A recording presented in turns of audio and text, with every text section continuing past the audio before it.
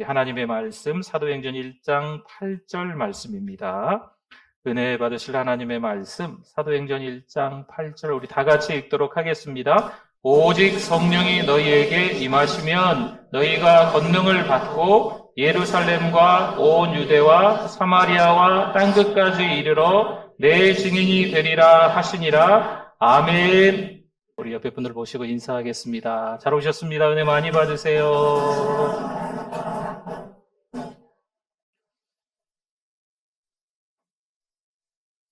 사도행전의 말씀을 나누기 위해서 전작인 누가복음의 내용을 볼 필요가 있습니다. 그래서 한 장 한 장씩 좀 넘겨가면서 나에게 하시는 말씀은 무엇인가 찾아보게 되었습니다.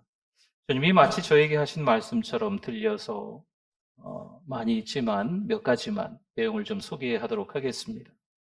자신의 실력으로 밤새도록 허탕을 친 어부에게 주님이 그런 말씀을 하셨잖아요. 깊은 데로 가서 그물을 내려 고기를 잡으라. 또한 백부장의 믿음을 보시며 주님은 말씀하십니다. 이스라엘 중에서 이만한 믿음은 만나보지 못했다. 나인성 과부의 아들이 죽었습니다. 하지만 그 여인에게 말씀하시는 거죠. 예수님이 제자들의 행렬 그리고 장래 행렬이 서로 마주보게 된 상황에서 그 여인에게 주님이 하시는 말씀은 울지 말라 말씀하십니다. 한 번은 배를 타고 갈릴리 호수를 건널 때 마침 광풍이 내리칩니다. 주님이 살기 위해 발버둥 치는 제자들 앞에서 이렇게 말씀을 하시는 거죠. 잠잠하라, 고요하라. 그랬더니 바람과 물결이 잔잔하여 졌습니다. 해당장 야이로의 12살 난 딸이 죽었습니다. 그런데 주님이 애고애고 애통해하는 소상집 앞에서 이런 얘기를 하십니다. 두려워하지 말고 믿기만 해라. 주님은 주님을 보기 위해 나무에 올라간 세리장에게 말씀하십니다. 삭개오야, 속히 내려와라. 내가 오늘 내 집에 유하여야 하겠다. 누가 보면 이런 말씀들을 보면서 어부이지만 밤새도록 허탕을 친 사람이 나구나. 이런 생각이 들어지는 거죠. 그저 은혜로 사는데 그런 내 부족한 믿음을 주님은 어느 날 칭찬하고 계시더라고요. 인생을 살다 보니 벼랑 끝을 경험하고 있는 나인데 주님이 그런 말씀을 해주시네요. 울지 말라. 세상의 광풍에 죽을 수밖에 없는데 오히려 날 위해 주님은 세상을 야단치고 계셨습니다. 주님은 자주 말씀해 주십니다. 두려워하지 말고 믿기만 해라. 그리고 나의 이름을 기억하고 계시고 불러주시는 거죠. 성도 여러분 어떠십니까? 사도행전의 전작 이 누가복음을 보면 분명 나에게 주시는 말씀인 줄 믿습니다. 그 말씀에 은혜가 되니까요. 이 후속작 사도행전에서도 하나님이 어떻게 하실지 기대가 되는 거죠. 물론 누가복음은 예수님의 이야기입니다. 잃어버린 영혼을 구원하러 오신 예수님의 복음입니다. 사도행전은 그 복음을 성령 받은 제자들이 듣고 땅끝까지 전하는 거죠. 마찬가지입니다. 예수님을 체험한 우리가 마땅히 해야 될 게 뭐가 있을까요? 전도이고 선교입니다. 그렇게 예수님의 사랑을 체험한 우리가 다시 한번 그 사랑을 경험해야 하는 거죠. 그 사랑 때문에 그 사랑을 흘려보내야만 합니다. 2절에 이런 말씀이 있었어요. 그가 택하신 사도들에게 성령으로 명하시고 승천하신 날까지 일을 어떻게 했다고요? 기록하였노라. 아멘. 예수님이 태어나시고 공생애를 시작하시고 또 예수님이 고난당하시고 죽으시고 장사 지내시고 부활하시고 승천하신 내용이 기록된 것이 어디라고요? 누가복음입니다. 이 2절 이야기는 누가복음에 이 내용이 기록되어 있다라는 겁니다. 10절과 11절을 한번 보면요. 올라가실 때 제자들이 자세히 하늘을 쳐다보고 있는데 흰 옷 입은 두 사람이 그들 곁에 서서 이르되 갈릴리 사람들아 어찌하여 서서 하늘을 쳐다보느냐 너희 가운데서 하늘로 올려지신 이 예수는 하늘로 가심을 본 그대로 오시리라 하였느니라. 아멘. 주님이 승천하셨어요. 제자들은 주님이 승천하신 그 장면을 계속 하늘만 쳐다보고 있는 거죠. 여러분 우리가 하늘만 바라보고 있는 게 하나님의 계획이 아닙니다. 우리 주님이 올라가셨는데 또 오시겠지. 계속 하늘만 쳐다보고 있는 게 하나님의 계획이 아닙니다. 예수님은 그렇게 승천하셨지만 여전히 예수님이 남기신 복음을 붙들고 사도들이 일하던 행적, 그것이 뭘까요? 사도행전의 이야기입니다. 사도행전 1장에서 28장까지인데요. 어떤 이야기가 나올까요? 과연 예수님이 하늘로 가시고 어떻게 되으셨을까요? 예수님을 따르던 제자들은 그 이후에 어떻게 바뀌었을까요? 그분이 우리에게 구원이라면 여러분 입을 열어 말하지 않을 수 없습니다. 그분이 우리에게 기쁨을 주셨다면, 그분이 우리에게 감격을 주셨다면, 그분이 우리에게 평화를 허락하셨다면 전하고 싶지 않겠습니까? 우리가 어찌 잠잠하겠습니까? 선교하고 전도해야죠. 증인의 삶을 살아야 하는 것이 마땅합니다. 여러분, 이 땅에 하나님의 나라를 건설해 나가야 합니다. 그걸 위해 예수님은 저와 여러분을 부르시고 또 택하시고 지금도 여전히 사용하고 계시는 줄 믿습니다. 8절 말씀입니다. 조금 전에 읽어봤지만 이 말씀에 지금 딱 한 군데만 노란색으로 좀 칠해놨어요. 증인. 여기서 말하는 증인은요, 목격자입니다. 여기서 말하는 증인은 순교자를 이야기하고 있습니다. 내가 주님의 사랑을 체험했으니 이제 목숨 걸고 전하자는 겁니다. 목숨 걸고 전할 만큼 가치가 있습니다. 실제로 우리의 선배들이 목숨을 걸고 피를 흘리며 순교했습니다. 그렇게 복음을 전했기 때문에 오늘 저와 여러분들이 이 자리에 와서 이렇게 앉아있는 거 아니겠습니까? 처음에 그들이 어떻게 복음을 전했는가 사도행전에서 그 역사를 잘 보여주고 있습니다. 작년 하반기에 2차 성지순례팀과 로마 카타콤에 다녀왔습니다. 카타콤은 아시는 것처럼 지하 무덤이라는 뜻입니다. 카타콤 사진을 몇 장을 좀 보여드릴까요? 이 첫 번째 사진은 카타콤에 내려가면 딱 이곳에서만 기도하고 예배할 수 있는 장소입니다. 로마의 카타콤이 3군데가 있는데 저희가 가봤던 곳에서 여기서는 예배하고 잠깐 기도할 수 있고 좀 양해를 얻으면 사진도 한 장 찍을 수 있는 곳이 바로 이곳입니다. 저희도 여기서 기도하고 찬양도 하고 잠깐 사진도 한 장 찍었던 것 같습니다. 그 다음 사진 한번 보여주시겠습니까? 이제 이 정도일 거라고 지금 우리가 갔던 카타콤을 추측하고 있는 겁니다. 지금까지는 지하 4층까지밖에 발굴하지 못했습니다. 더 밑으로 있는 거죠. 그리고 우리는 지하 2층까지밖에 내려가지 못합니다. 일반인들에게 개방은 지하 2층까지만 개방하고 현재 계속 더 발굴 중에 있습니다. 나머지 한 장 사진 더 보여주시겠습니까? 이 사진은 이제 우리가 찍은 게 아니고 인터넷에 지금 올려져 있는 또 여러 카타콤의 사진들인데 우리가 갔던 지역에 이쪽을 지나가지는 않았지만 그곳에 있는 사진을 좀 찾은 겁니다. 여기 보면은 이제 작은 칸칸이 뭐 이렇게 뭐 선반처럼 이렇게 올려놓을 수 있을 만한 곳들이 좀 있지요. 여기가 무덤입니다. 어린이 무덤, 뭐 어른 무덤, 때로는 이제 석관에 둬서 부자들은 또 그렇게 무덤에 이렇게 눕고 또 여기 말고 다른 사진들을 좀 보면 방들이 조금 나누어져 있습니다. 같이 학교처럼 아이들이 좀 배웠던 그런 공간도 있고 또 함께 뭐 그림을 그리는, 벽화를 그리는 그런 공간도 좀 나옵니다. 또 이제 주거 공간, 잠자는 데도 좀 따로 있어야 되지 않겠습니까? 이렇게 이제 공간들이 잘 구분이 되어 있습니다. 이제 공간들이 잘 구분이 되어 있고, 네, 그리고 방들도 많고, 여기서 살까요? 혹시 뭐 지금 이런 곳에서 지금 땅 밑입니다. 땅 밑. 땅 밑에 이런 데서 혹시 살고 싶으십니까? 우리 팀은 뭐 말이 필요 없었습니다. 우리를 숙연하게 만들었습니다. 전 개인적으로 좀 숨이 멎는 듯 했습니다. 좀 어지러질하기까지 좀 했고요. 우리는 그 안에서 말씀드렸듯이 딱 한 장의 사진을 좀 찍긴 했는데 그 사진을 찍을 때 좀 부끄러웠습니다. 이 사진을 찍어도 될까? 그래, 우리 믿음이 변변치 않으니까 이곳에서 사진 하나쯤 남기고 다시 한번 주님 사랑 체험한 자답게 살아가자. 이런 마음이 좀 있었던 것 같습니다. 사실 이 로마 카타콤 전체에서 현재까지 발굴된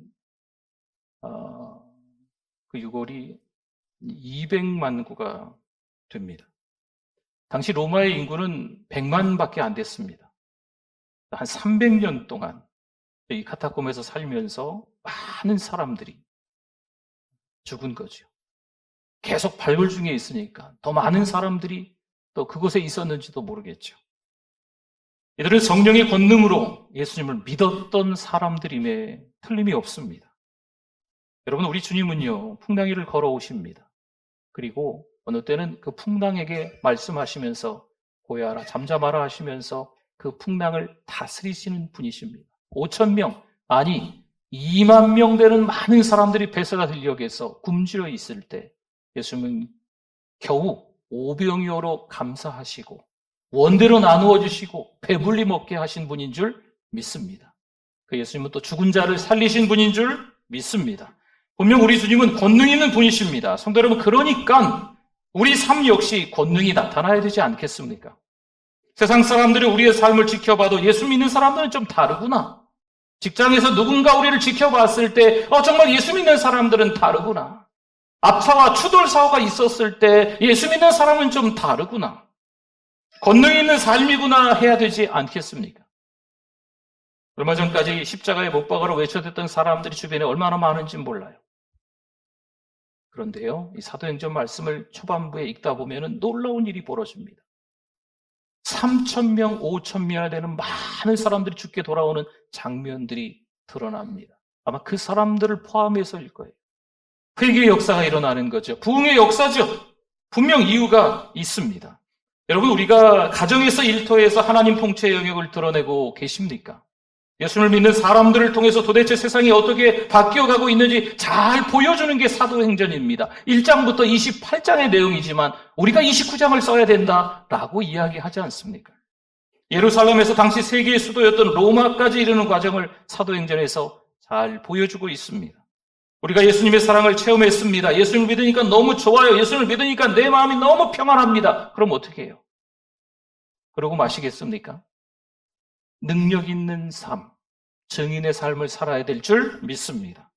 예수를 믿고 내가 구원받은 사건, 예수를 믿어보니까 인생의 목적을 갖게 된 거지요. 예수를 믿어보니까 내 삶의 의미를 드디어 찾게 된 거예요. 여러분, 이런 걸 말하는 겁니다. 이렇게 말하는 게 바로 전도고 선교입니다. 여러분, 고백하셨으면 좋겠어요. 주님을 믿으니까 저에게 삶의 의미를 주님이 주셨어요. 예수 그리스도를 만나고 나니까 어떻게 살아야 되는지, 뭐가 더 중요한지를 알게 되었어요. 여러분, 이렇게 가족들에게 고백하셨으면 좋겠습니다. 예수님을 체험한 우리가 예수님의 증인으로 살아갈 수 있는 줄 믿습니다. 증인으로 쓰임받는 복된 인생을 우리가 살 수 있다는 거죠. 물론 우리가 부족하고 연약합니다. 복음을 전하려고 하는데 복음 전할 만큼 신자답게 살아가지 못하는 거죠. 우리 신앙의 한계가 드러나는 거예요. 그러면 복음 못 전합니까? 그러면 하나님이 우리를 사용하지 않으실까요? 아닙니다. 있는 모습 그대로 하나님이 사용하시죠. 하나님이 우리를 부르시고 우리를 회개케 만드시고 하나님이 우리에게 성령을 부어주셔서 권능을 주셔서 증인의 삶을 살게 하시는 줄 믿습니다. 때로는 우리의 신자의 삶들이 좀 엉터리 같은 경우도 있을 수 있어. 왜 신자가 그렇게밖에 못 사냐? 저렇게밖에 못 사냐? 여러분, 이렇게 말씀하지 마십시오. 오히려 우리 자신을 돌아봐야 됩니다.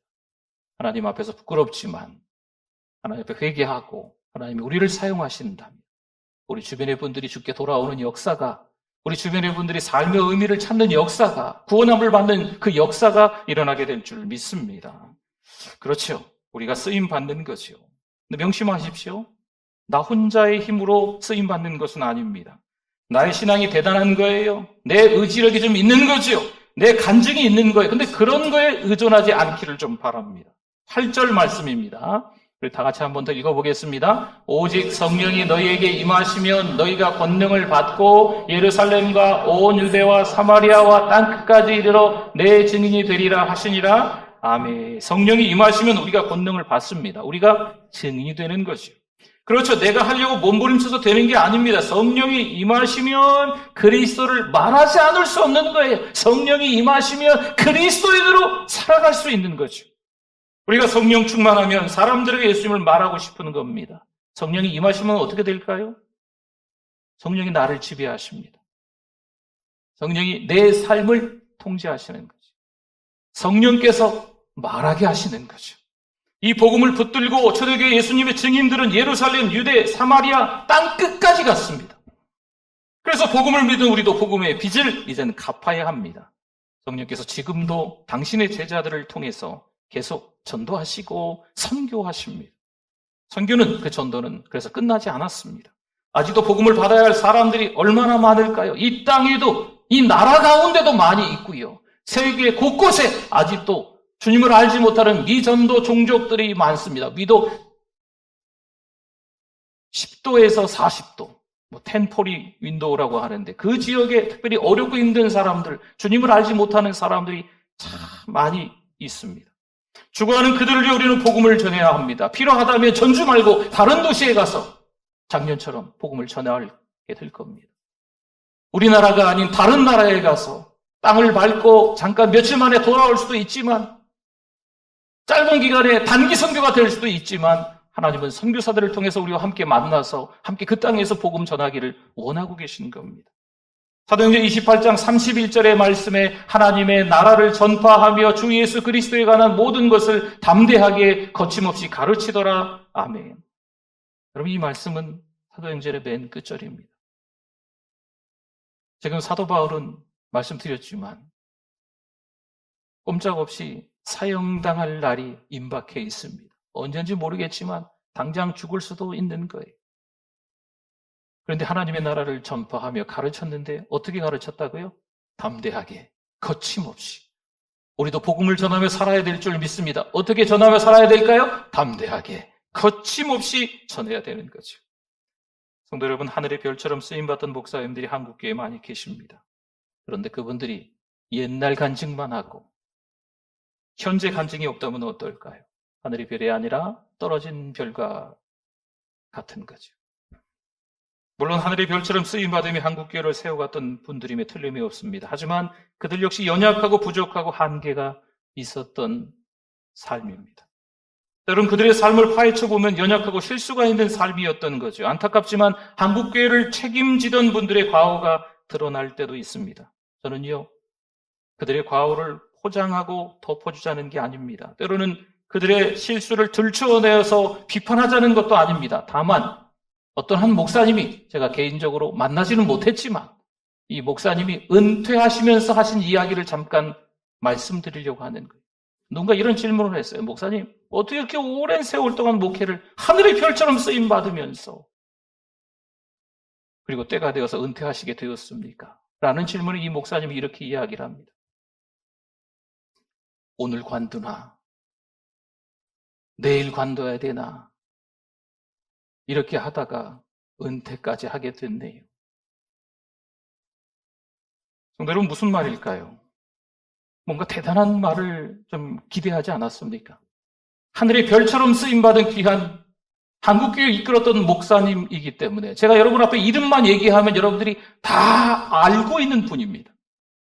근데 그분이 은퇴하시고 난 이후에 저는 성령 충만해서 어떻게 복음을 전했습니다. 주를 위해서 어떻게 살았습니다. 여러분, 저처럼 함께 믿음으로 이렇게 담대하게 거침없이 살아갑시다 라고 할 줄 알았는데 목회를 하면서 오늘 관둬야 되나 내일 관둬야 되나 이렇게 하다 보니까 지금까지 목회를 하다가 은퇴를 하게 되었네요. 이런 말을 하는 거죠. 여러분, 실망스럽습니까? 저는 오히려 위로가 되었습니다. 목회가 기쁨만 있지 않거든요. 그럼 신자인 여러분 어떠십니까? 신자의 삶이 항상 은혜만 충만합니까? 그렇지 않잖아요. 하나님만 바라보고 표대이신 예수 그리스도만 바라보고 성령 충만하여 달려가고는 있지만 어느 날 벼랑 끝에 서 있는 것 같은, 어느 날 절망하고 있는 우리 자신을 들여다볼 때가 혹여 꽤나 있지 않으셨습니까? 사랑하는 성도 여러분, 다시 한번 힘을 내실 수 있기를 바랍니다. 오늘 우리에게 주시는 말씀, 매일매일 하나님의 말씀을 읽으면서 들으시면서 하나님이 나에게 주시는 그런 말씀, 레마의 말씀으로 받아들이시고, 때로는 부족하고 연약하지만 한계가 있지만 실수가 있는 우리의 신자답지 못하는 삶이 드러날지라도 담대하게 거침없이 복음을 말하고 살아가는 저 여러분이 될 수 있기를 축원합니다. 아멘. 우리 기도하겠습니다. 우리 말씀 기억하면서 우리 주여 한번 부르시고 기도합니다. 주여, 하나님 아버지 감사합니다. 연약한데 부족한데 신자로 삼아주시니 감사합니다. 하나님 벌레만도 못하는데 욕심꾸러기인데 그래도 하나님의 은혜로 살아가게 하심을 감사합니다. 다시 한번 정신 차리고 신자답게 살아갈 수 있도록 본능을 드러내는 삶이 될 수 있도록 은혜를 베풀어 주시옵소서. 내 모습 이대로 주 받으시옵소서. 주님 앞에서 기꺼이 예배하며 기꺼이 복음 전하며 살아갈 수 있는, 더 선교하고 더 전도할 수 있는 우리 지체들 되게 하여 주실 줄 믿습니다. 하나님 아버지 은혜를 감사합니다. 여전히 부끄러운 모습이지만 그래도 하나님 앞에 기도합니다. 다시 한번 믿음으로 살아갈 수 있는, 권능의 삶을 살아갈 수 있는 우리들 되게 하여 주시옵소서. 하나님 바라보고 아자아자 파이팅하며 힘내며 담대하게 거침없이 복음 전하며 살아가는 우리들 되게 해주실 줄 믿습니다. 예수님의 이름으로 기도드립니다. 아멘.